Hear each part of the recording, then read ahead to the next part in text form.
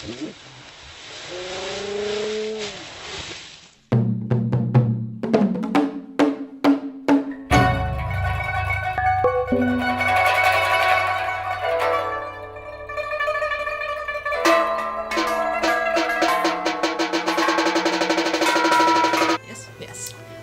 so the version that I remember about being told about my great-grandfather, my grandfather Xu Daoling's father, Xu Xingjing, don't know how to say his name, and how he brought Mongolia back to China, was that he had something in his name that sounded similar to the name of the president of China or something at the time.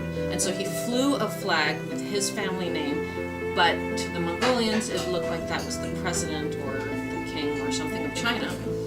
And what he did was he sat on top of a hill with only himself and some guy playing a flute and some guy flipping pancakes.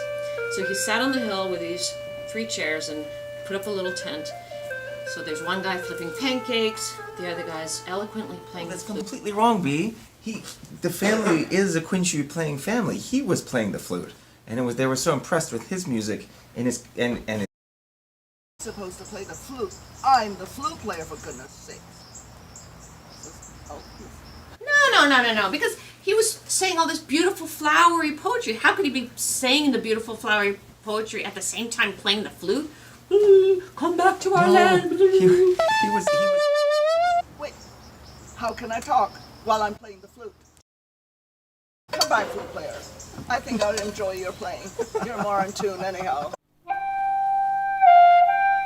He was editing poetry by hand. When he was writing Hey, it. whose version is this anyway? It's my version. So back to my version. The whole Mongolian army is down below, and they're looking up and they see the flag and they think, what? This great important man from China is there with just 3 people, and they're looking through the binoculars, and the whole army's there. They were sitting there looking down, and the whole Mongolian army is down below, and they're looking up and they see the flag and they think, what? This great important man from China is there with just 3 people, and they're looking through the binoculars, and the whole army's there. So the head of the Mongolian army tells all the soldiers, you just wait here, I'll go up. And I think maybe he took 1 person with him, and they come up on horseback and come to see our great-grandfather. Oh, I see the general of Mongolia coming up.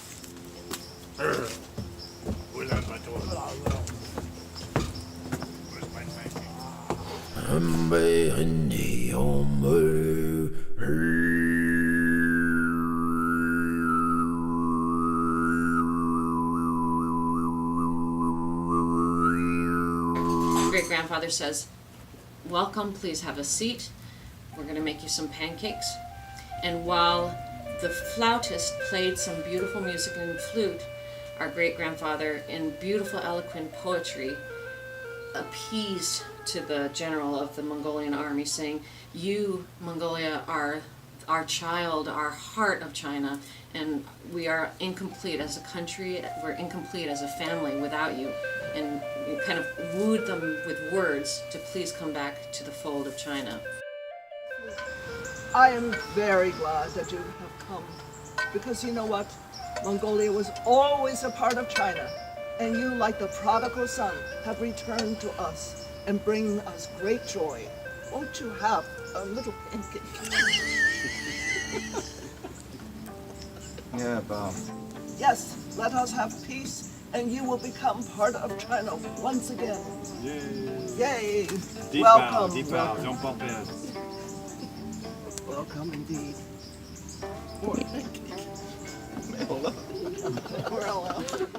And so that's the version that I heard. Wait a minute, B, you got it all wrong. Who in the world told you that version? For goodness sakes, you're such a little kid. That's not what you heard? No. Listen, I'm almost 81. I think Chinese is 82 or 83, so I have the old wise woman version, is that he brought this big army of 10,000 men up, and they conquered Mongolia like this.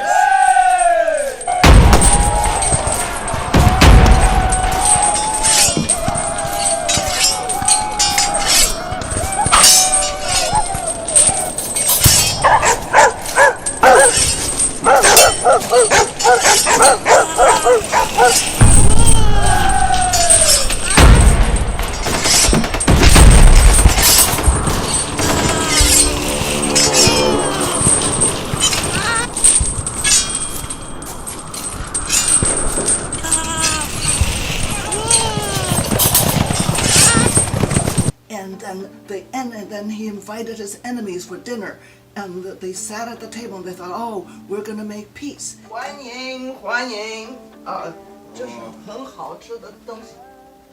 Please eat. I welcome you, great general, and all of your cohorts. The jiaozi is delicious, made by my servants all morning. And they were really happy to come.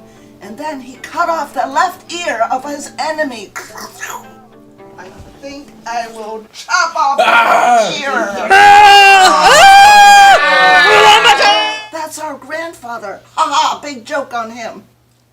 That's the version I heard. Now, you're looking funny, Michael. Did you hear a different version of this? I did hear a different story of this. Well, Well, so I was raised on the story that B told, and I met a Mongolian anthropologist in the Max Planck Institute for the Institute for Ethnology, and I said, "Oh, you're Mongolian. Well, my family has this wonderful history with Mongolia." And he said, "You wouldn't believe it, but my great-grandfather conquered Mongolia." And he's like, "Who's?" He looked at me. I don't look Chinese. And he said, "Well, who's your great-grandfather?" I said, "It's Hsu Shu And he goes, "Shu, not Hsu Shu And I'm like, "Yes." And he says, there's a black spot on the history of Mongolia. And he's a reviled name by all Mongolians. I'm like, "Really? What? Why is this so?" And so then I told him the story that B just said, and he's like, "That's not how it went at all."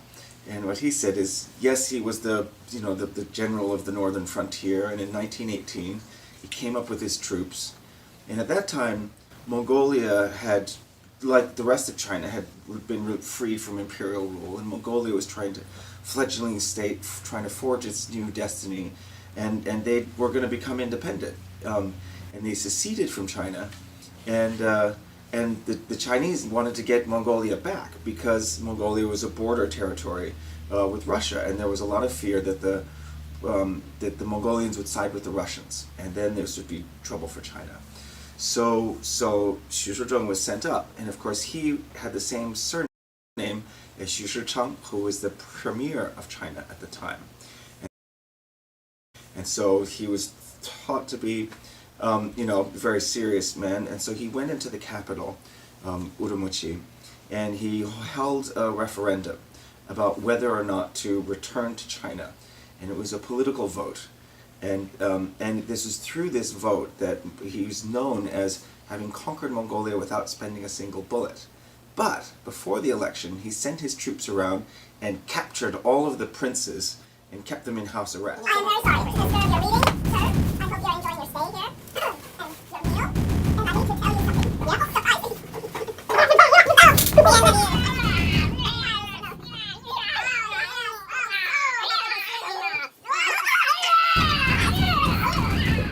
Good afternoon. So glad to see you. What is this you're playing? This is wonderful. Oh! This is it. I don't need you to vote against me. No. When the time came to vote, only the people that were aligned with him turned up for the vote, and they returned to Mongolia.